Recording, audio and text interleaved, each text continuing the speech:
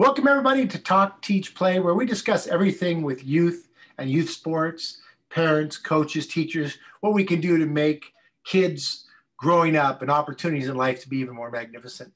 I am Aaron Locks, I'm the host, and with me once again is Kristen Ruprecht from Noble Ones. Kristen, thank you so much for joining us today. Absolutely glad to be here. Always love talking about this stuff.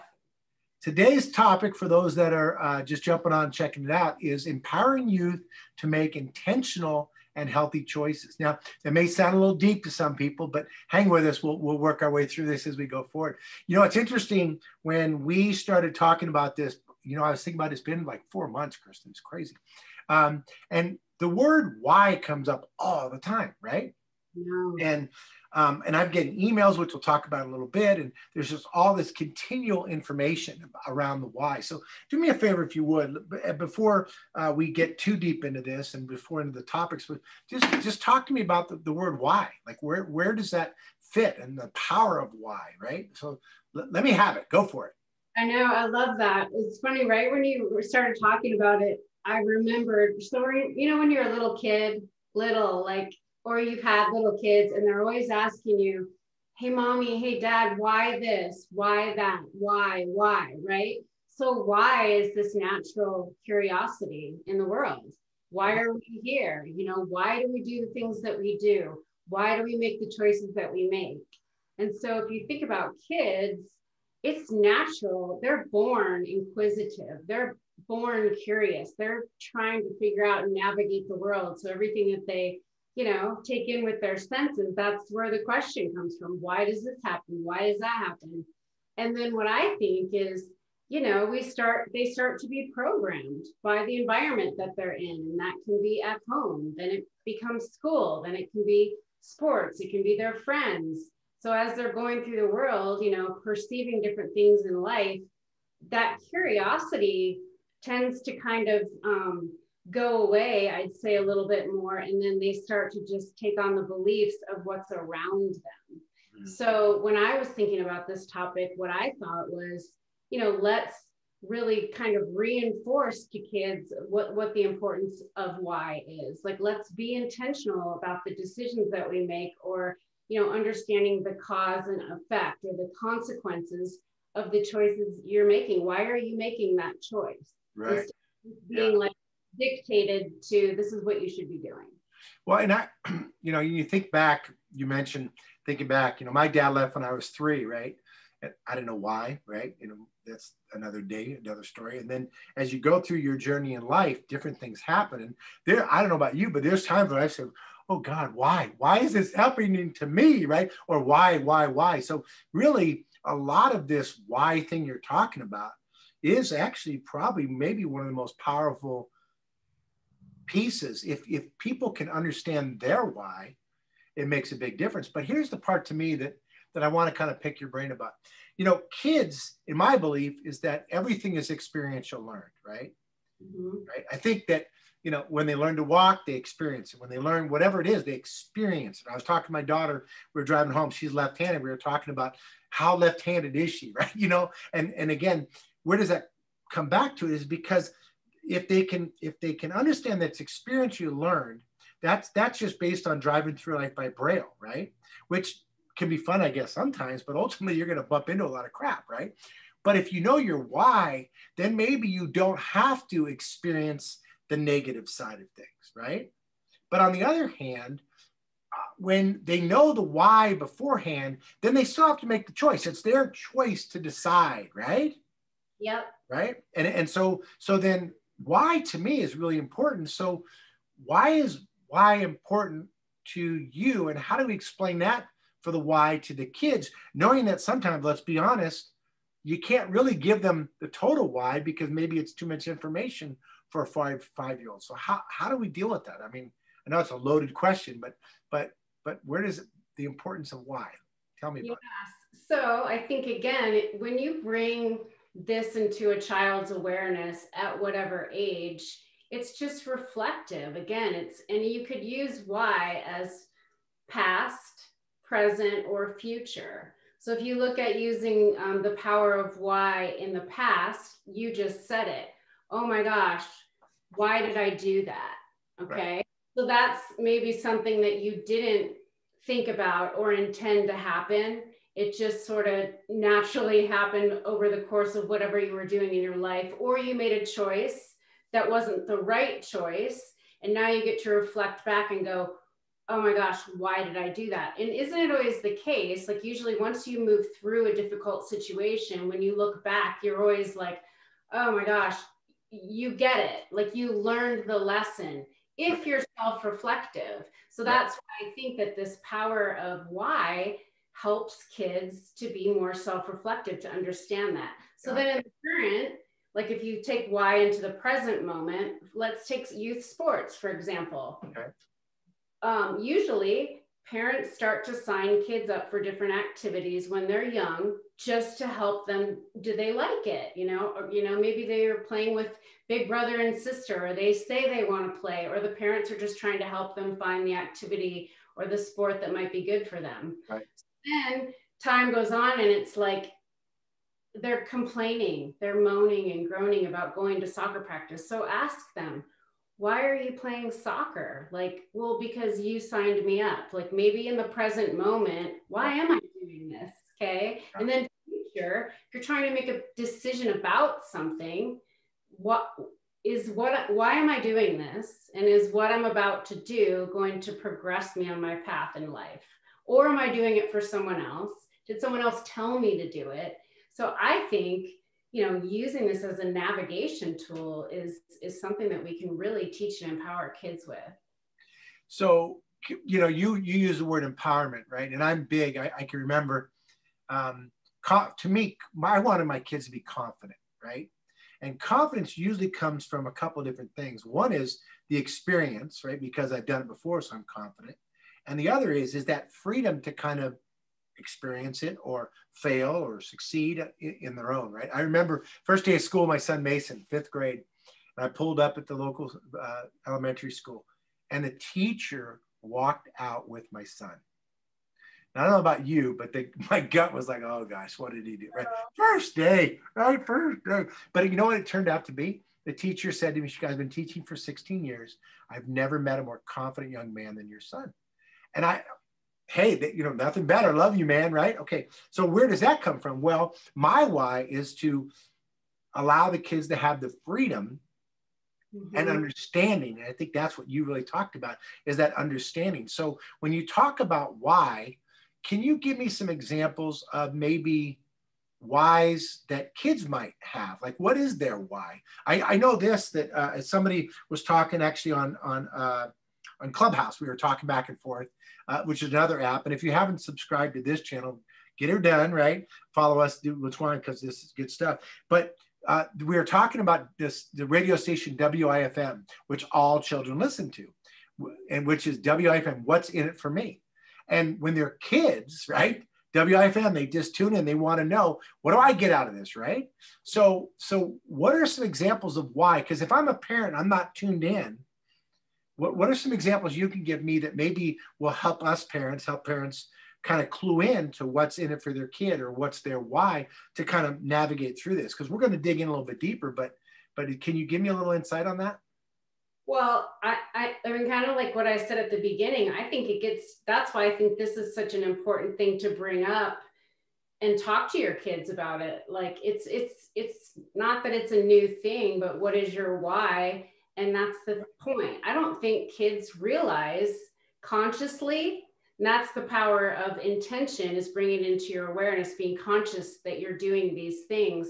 Right. I think kids start to do things, basically it's peers, right? So as you go through the progression from like toddler, adolescent, teen, you start to be really enforced by your peers. Right. Yeah. You're trying to fit in and you're trying to establish your identity. So I think nowadays the kids' whys is because I want to fit in, I want to be accepted.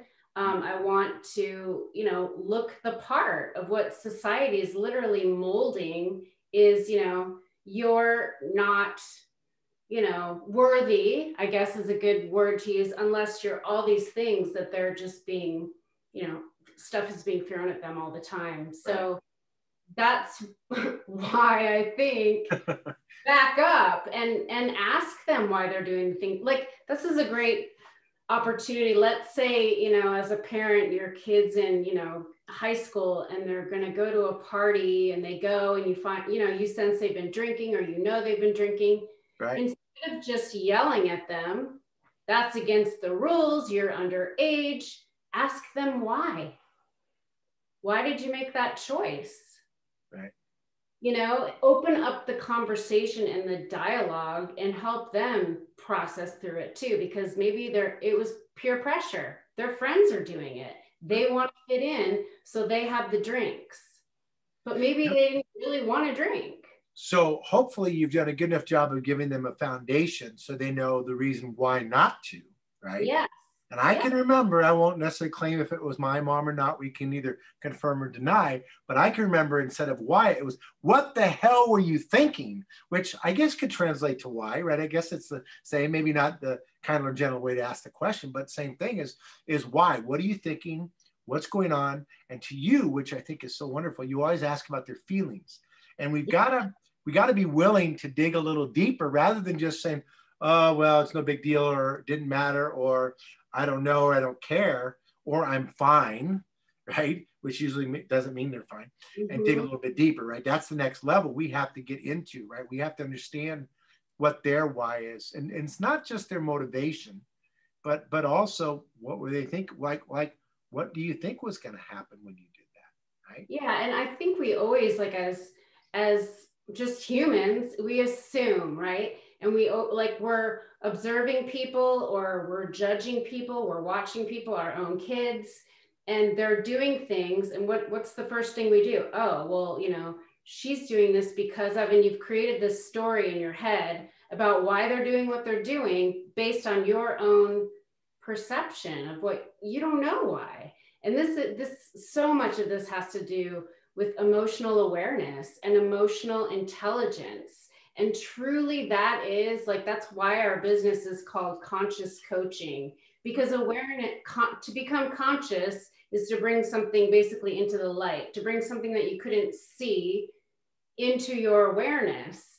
And so assuming all the time that we know how people think and feel and what's going on with them, right, it's closed-minded anymore, especially everything with what's going on in the world. Is we really have to be open to understanding that we're all in different places, having different experiences, and our kids especially.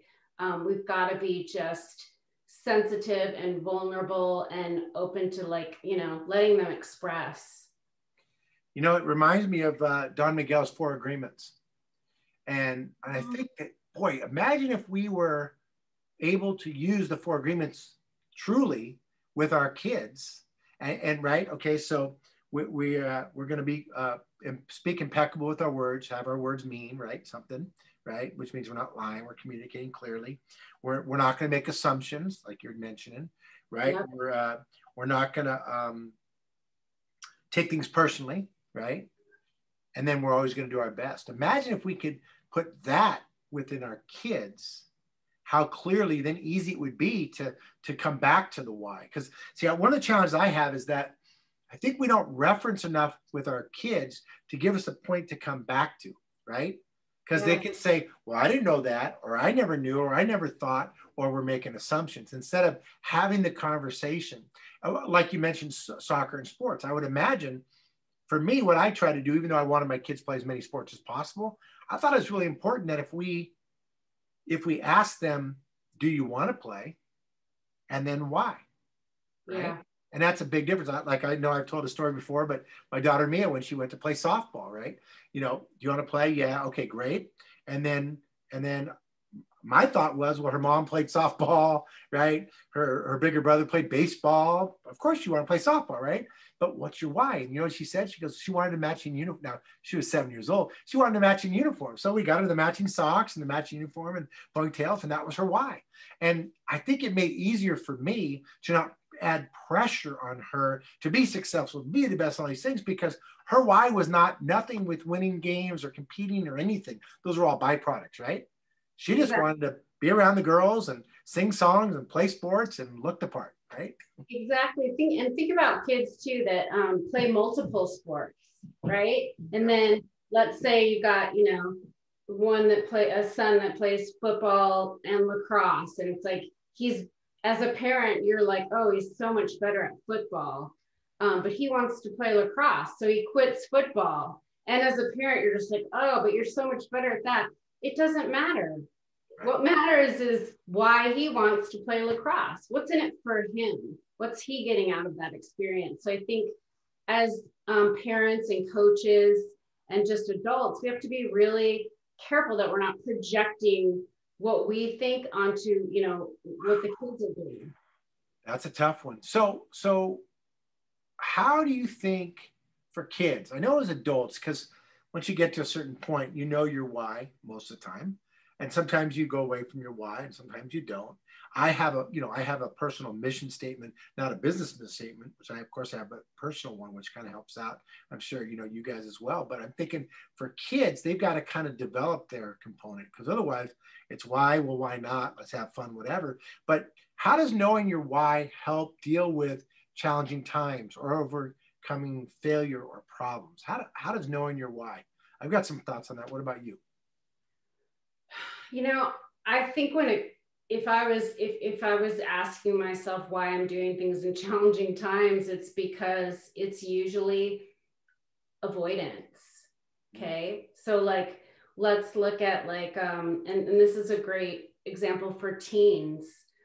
Teens may, and this has a lot to do with, I think, mental health, which we are such strong advocates for, is when kids don't know about all this stuff that you and I talk about, this emotional awareness and this emotional processing and thoughts and feelings and beliefs, right, they are taking in all this stuff and they're not processing it, and they're burying it as essentially it's like trauma.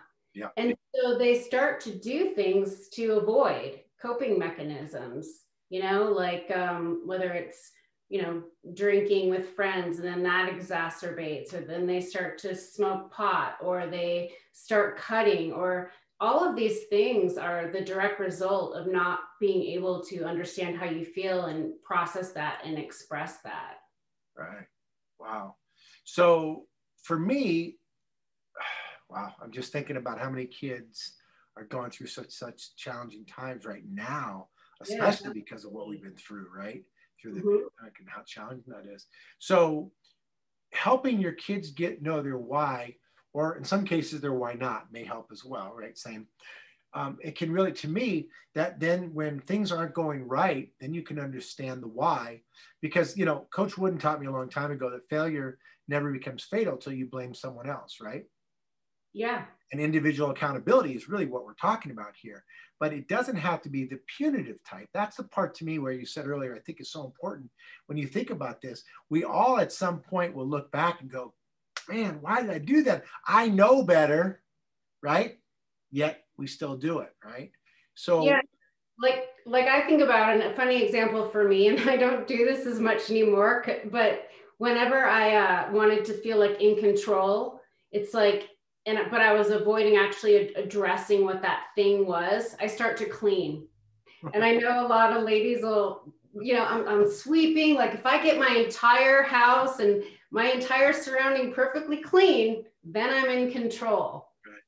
Like, that's why am I doing that? So that's what I'm saying, in a time where it's like your mind is running the program, you're not aware of it, you're unconscious that there's something deeper seated, and you're doing these external things to avoid because you haven't made the connection yet. Right. And you got to recognize those things. And that's what it's about, right? It's about, like, again, going back to what you said before, you know, is, you know, the Noble One's approach, which is being present, right? It's having enough presence, having enough wherewithal to stop and say why. And, you know, the other why is about feelings. You know, I think about this, and one of the things that I thank my mom so much for was she really, again, being in the 60s and 70s of free spirit, she developed a level of freedom that most kids don't get. Now, granted, it could have been the time and the neighborhood that we grew up in, and many of you that are listening maybe don't have that opportunity. But I would imagine that that freedom to fail, the other components, it makes the why easier, right? I mean, it kind of makes it easier to navigate through as you do things, right?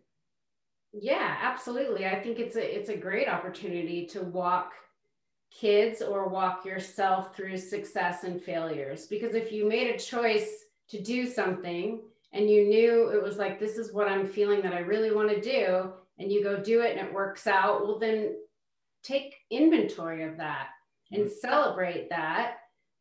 And then same as the opposite, if you make a choice, why did I do that and it doesn't work out, which we talked about at the very beginning, that's okay too, because that's how you learn. If we were all going through life doing everything perfectly on a daily basis with, you know, no problems ever, how would we grow and evolve? Like, look at technology. Technology has gone like it's just going so fast, but we wouldn't have been able to figure out what works better if we didn't know what wasn't working anymore. And isn't it funny now that with the kids, funny, not haha funny, but strange, that now the kids have had to be so much entrenched in the technology that you know, for me, the why now is how do I get them out of that and get them going forward? I got some questions I'm going to run by you in there, which I think really ties into this. So I don't want to go too deep in that. But so one of the struggles that I have, you know, I'm not like here raising my right hand, repeat after me sort of shit, but I can remember, you know, my vision for my kids and use the word projecting and how I project.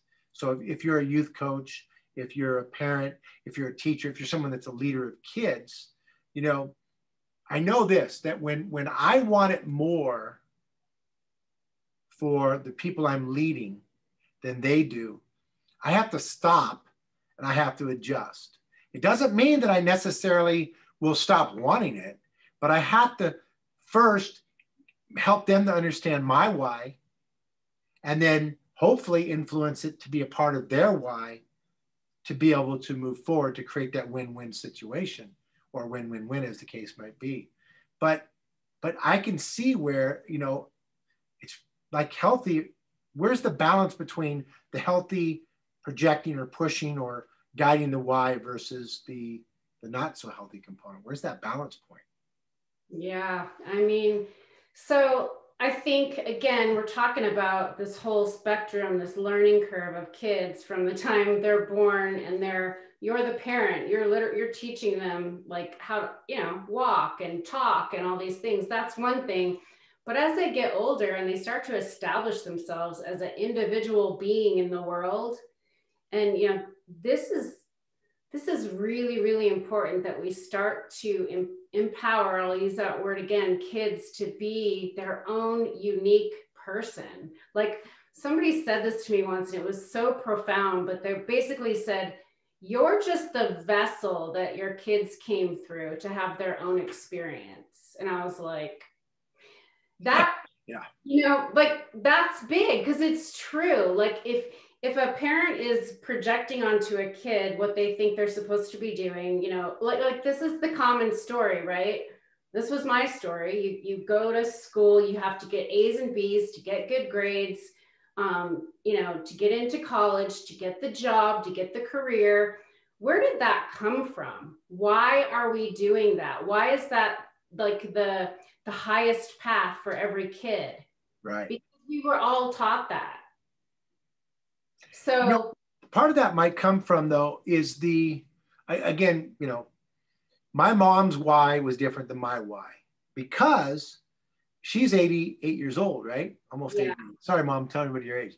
But she went through the Great Depression. She went through World War. She went through all the different components, right? So their why was so we didn't get killed, so we had a roof over it, you know, whatever. Our why is a little different. We may have made it a little softer on our kids, which is another conversation.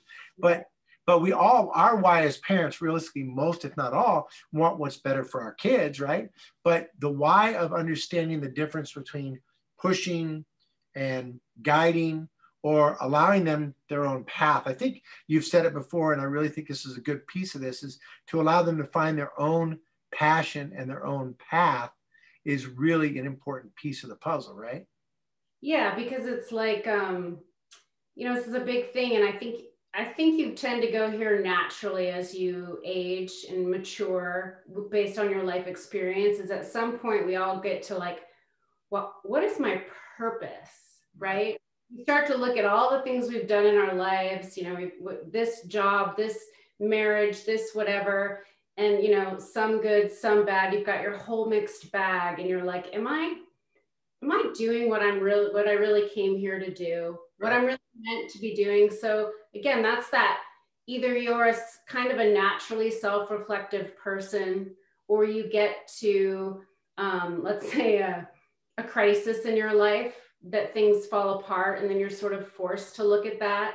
So I guess what I'm saying and why Noble One is so passionate about this is why are we waiting until we all have to have some, you know, life-threatening challenge happen that makes us question everything, when we could actually teach these kids to be emotionally intelligent, socially intelligent, like really understand how to balance their body mentally, physically, spiritually, take care of themselves, make good choices. Like we can teach this stuff. In the sports analogy, let's play offense instead of defense, right? Let's be proactive, right? Yes. You know, I mean, that's a big part of the opportunity we have as parents, not just as role models and leaders and whatever else the case may be, but also the ability to engage them. And, you know, again, getting back to that, learning their why. If you don't understand, you know, you've really made me feel that to create a safe space for your kids to have the conversations, and as part of the conversation to understand their why, not just what they're doing or even how they're doing it, but understand their why. And you know, the more I think about it, especially as your kids get a little older, the more I can explain my why, then it kind of helps to make it relevant to them and relatable. And I think that's a big part of this, right? So understanding. But when you have little kids, and you're trying to get them to that place. So like you said, we don't want them to have to, you know, fully fail. We want to teach them to be more reflective in the front end. So how do you teach that rather than waiting until, you know, well, I was joking with my daughter, like I'm teaching her how to change a tire in a car, right? She's driving. And it's like, well, it's not that big of a deal. It is, because you're going to be going, what the heck, when you're somewhere and you don't know how to change a tire, right? Yep. Now, again, that's a strange example, but how do we teach the younger kids about being reflective, about understanding the why, about those components, and get them a little deeper than just on the surface? How do we do that? Model it.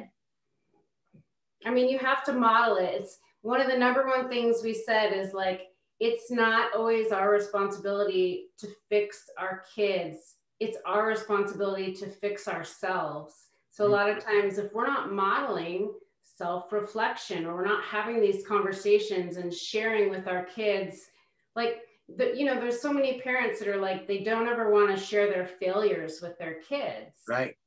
Or fear of, oh, if I, you know, I don't want that to happen to them. But maybe by you sharing a failure, you may just, you know, give them the information that they need to remember that. So it's all about like modeling it, having these conversations. You know, there's a way to massage it at every age, but I always think about the reaction versus the responding in most situations where there's two people or a group involved and something happens, there's some form of conflict. The people that are less emotionally aware will react. Right. Once you start to practice this, it's almost like there's a pause. You can take a step back. Right. Respond, and a response would be asking the question, why did this happen? Why did you do that? Why are we having this conflict? Right. You have to dig in a little bit deeper. We've got to start going below the surface.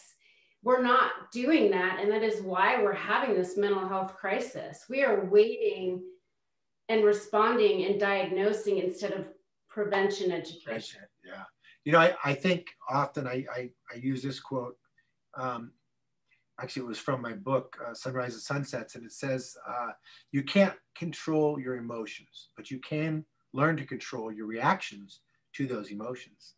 And, you know, I forgot exactly if it was Gandhi who said, if you can have 1 minute of calm in crisis, It can save you hours, days, months, even years of negative reflection in the back end, Yes. right? Yes, And I love that. Like instead of control, let's use the word allow, right? We can't control our emotions, but we can learn to allow them because there's stuff that's going to come at us and come at our kids. You can't avoid it, especially in these times. right. But what you can do is teach them and work with yourself to allow anything that comes up. You're allowed to feel. I'm writing out a class right now, and I was doing some research, and I came up, and I didn't know this, that the human can experience up to 34,000 emotions. You know, that's a lot. And so the basics, most people don't even know the basics. When we say, how are you?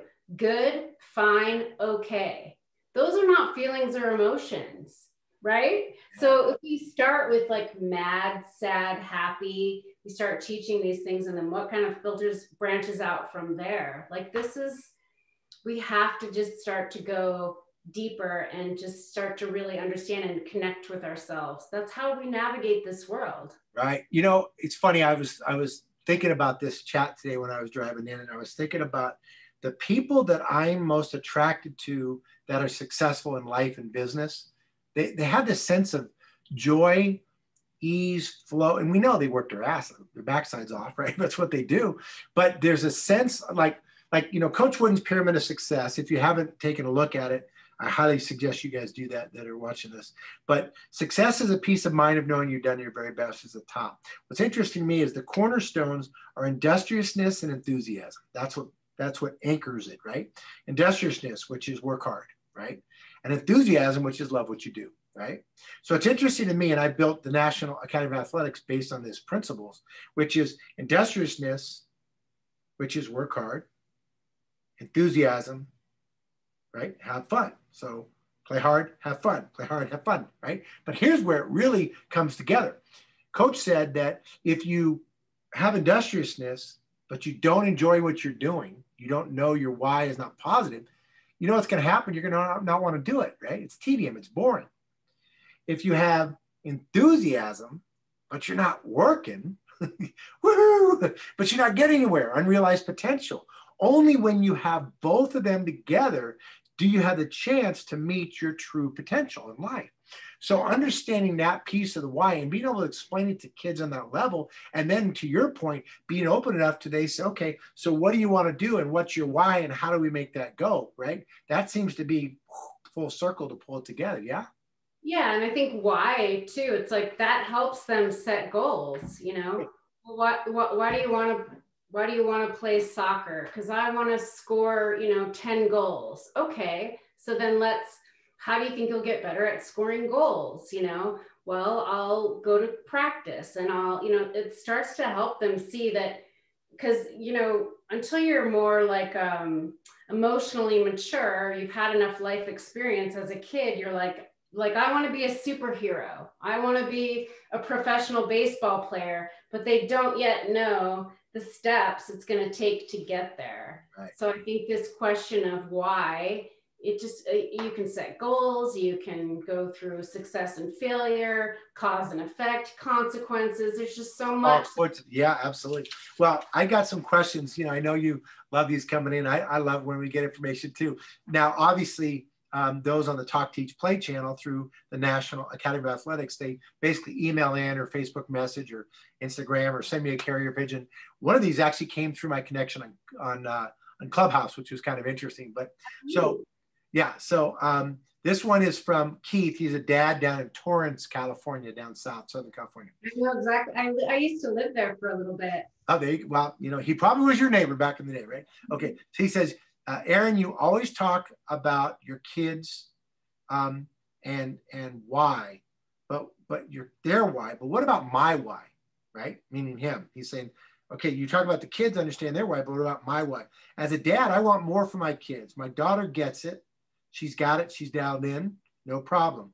My son, on the other hand, is not motivated anymore, especially now. What the heck do I do with him? He doesn't want to do anything. Suggestions. Sad face. I'm like, okay. So where do we go with that? Basically, the kid is not motivated, right? Was he talking in terms of to play sports? He just said in general, it sounds like, I mean, part of it is his son just turned 13, so it might be that 13-year-old as well, where his daughter's 16, maybe she's been through it. But it seems to me what he's kind of asking there is that, you know, my kid doesn't want to do anything anymore. He's not motivated at all. I want him to do things. My why is for him to, you know, be successful and go to college and, you know, be healthy and whatever. But he's basically saying, you know, you're always talking and bragging on kids' why and their why. What about my why? So how do you balance that out between the parent why and the child why? And then what do you do for this dad who's basically saying, besides getting him in touch with Noble Ones, you guys could do a session with the kid, might help, right? Yeah, I was going to say he needs to hire a coach.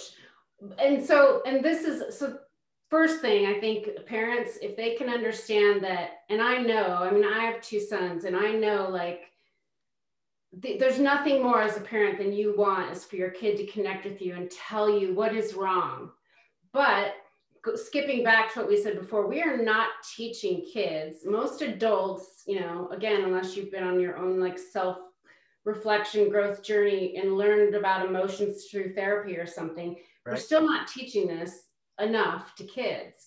Got so, and especially boys, I'm going to say that his son probably doesn't know why he's not motivated. He right. could be like at the beginning stages of depression because maybe he's responding to the isolation or the online schooling or whatever it is, but he doesn't connect to what it feels like in his body. He doesn't know how to express or say what he's feeling. And so outwardly, what that looks like to dad is my son's not motivated. He's just sitting in his room. He doesn't want to do anything. While sister is responding completely differently. She's out crushing it, but she has a completely different, you know, mental state of mind. So I'm always, we'll just tell parents, again, this is that curious questioning. And then, you know, there's something going on. They don't just, you know, there's something going on and it's almost always going to link back to something emotional. And, you know, Keith, what I would suggest, well, for any parent that's out there, I'd suggest is, you know, they may not want to, but spending time around them and with them and observing. And if they like video games and you don't, you better start liking video games, right? You know, do what they want to do rather than what you want them to do. And there's like a trust that builds back up within them where they feel safe enough. And then you can dig in, like you said, to understand the why and what's going on, going from there. So that's a good place. All right, I got another one here from New Mexico. So I used to live there too. Yeah, this is great. You're the nomad, perfect. Okay, Lucy is the mom from Santa Fe, New Mexico. I feel like my kids, ages 9 and 12. I don't know if they're boys and girls, but they're not learning to fight for what they want. They're passive. You talked to me about their why. This is some information we've gone through before, but they don't show me why or why not. They just are kind of blah. How do I get them to do better in school, to engage, to be more? Similar to the same question I think we have, but these kids are a little bit younger. It's kind of interesting. But this I think is really dealing with, because this seems to be a more recent change because of what's gone on in the last 9 months or a year. So what do you suggest for, let's say, any parent? I mean, Lucy might help you out as well, but any parent that's going through a scenario now where the kids have just pretty much disengaged and staying in the room and playing video games, and they're not really, there's no social component anymore. What would you suggest? Yep. So I'm going to come back to this method for processing through emotions. And the last piece of it, like in what we teach, is the Noble One's emotional processing method. And the last piece of that is E, which is express, which is learning to ask for what you need. And I can give you so many examples of people that are uncomfortable putting themselves out there. They're kind of fearful. They don't speak their truth. They don't know how to ask for what they need. It's like a throat chakra block. And it's because there's been some experience where they're afraid to speak out. They're either going to get in trouble or something's happened in their experience, good or bad. But again, you have to remember, these are kids perceiving things, right? Like, let's say, you know, you've got a kid and you ask for something and then dad yells at you because he's distracted and busy. Well, that kid is going to be like, oh my God, I can't ask for what I need because my dad will yell at me.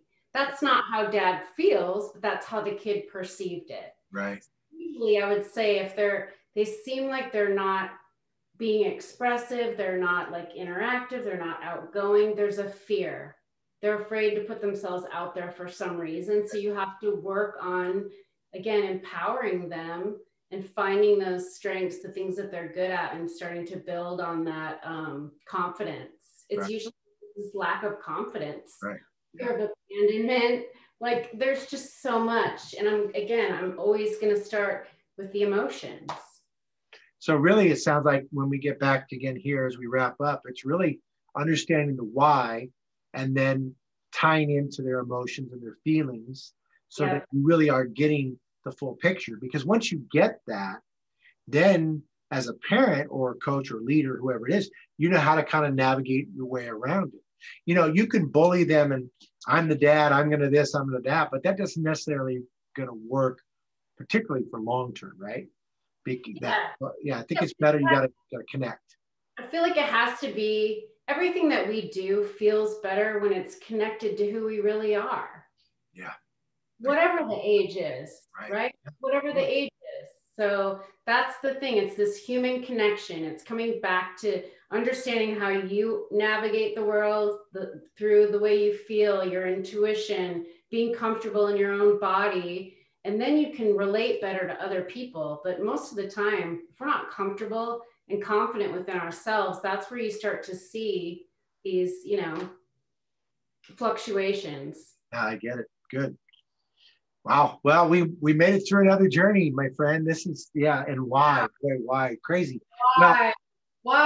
Keep talking about this. Yeah. Yes. Well, I think, I took some notes for some additional conversations that we're going to have coming up because I know we've got some new things coming up. But wow, okay. So if you're a coach or a parent or a leader, you know, really understanding your team's why, your kids' why, those who lead their why can really make a big difference. So we know the why with you, but the how. How do people get in touch with you? How do they follow you? Where do they find the Noble Lady? Yes, I love that. So you can go to our website, which is nobleones.org, and you'll find, you know, all of our programs and services there. You can also email us directly, connect@nobleones.org. And then on Instagram and on Facebook, we are at Noble One Community. So yeah, if you're interested in learning more, or you are a parent that's kind of struggling to connect with your kids right now, just know that it's probably not you. You're just not the person that's going to be able to kind of open them up sometimes and bring this stuff out. You know, why aren't they talking to me? Right, exactly. One thing I will say about Kristen and your team is that you have found a way to make people feel comfortable, sometimes even being comfortable, being uncomfortable to kind of break through. And I've seen that. So I really appreciate your approach. And I love the fact that, you know, going back to 4 agreements, there is a directness, don't get me wrong, but there's also a tender, caring, loving way about how you guys approach things. So I think there's a really cool method to your madness, for lack of better words. Well, you know, Noble, just for people that are curious, Noble is about the highest version of yourself, right? To be noble means to behave like the best version of yourself, who you came here to be. And then one is about unity. So that's the point. Like we have our own lived experience, our own journeys through mental health. And so we see everyone, regardless of age, as part of us. We're just here to hold space for you and walk you through your journey and support you. So I appreciate you saying that, but it just is like, it's our mission, our passion. So we just live it, Yeah. It comes to, yeah, well, the same here. Yeah, absolutely. So if you haven't already subscribed to the channel, please do so. By the way, I appreciate to those that already are doing this. I really, really do. It's great, and keep the emails coming in, right? I mean, we love the questions because it stirs new conversations and it allows us to really answer and really go in deep within ourselves to make sure is what we're saying relevant, you know, and helpful. And so I appreciate the applause emails, thanks, that was great, things like that, and the notices, and wonderful. But if you have other questions or other topics, please share those with us. It's very helpful. You know, if you want to reach out to us through the National Academy of Athletics.com, you can email at info@nava.us. Of course, you can find us on Instagram and Facebook and all the different stuff. You know, Clubhouse is becoming a big deal, and we're part of that. So, you know, at Locks Aaron, you know, find us, you know, connect, reach with us. I love that. Anything we can do. And I guess what I would say is we dig into the why, you know, for me, man, I'm really clear on my why. And whenever anything happens in life and I start to go and it doesn't feel right, I just try to stop and think, okay, why am I doing this? And almost always when I pause, you just find a way back to where you're supposed to be, whether it's your balance or your chi or whatever and it is. So I appreciate your time today. I appreciate everybody for joining us today. And we always remind people here on the channel, Talk, Teach, Play, to always play hard and have fun. So be well. Thanks. Thank you. See you next time. See you next time.